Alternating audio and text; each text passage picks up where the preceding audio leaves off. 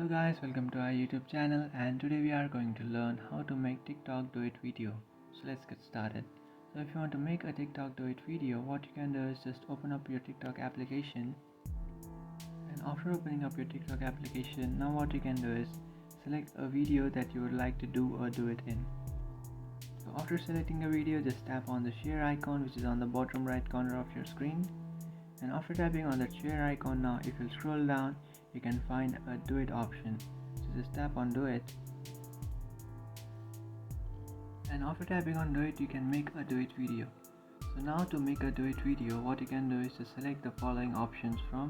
So you can select any of the options that you would like to make a duet. So you can select any of the 4 options that you would like to make a duet from. So in this first option you can record yourself or the other person in the foreground. So this is what the first option does. And the second option, and after tapping on that second option, now you can see your video is side by side, so you can record or you can react your video. So you can react this video in the side by side form. And the third option, so the third option will be your react video, and the fourth option will be a top and bottom. So the video will be at the top and your reaction will be at the bottom. So that's it guys, this is how to make a TikTok duet video. If you find this video helpful, don't forget to like and subscribe to our channel.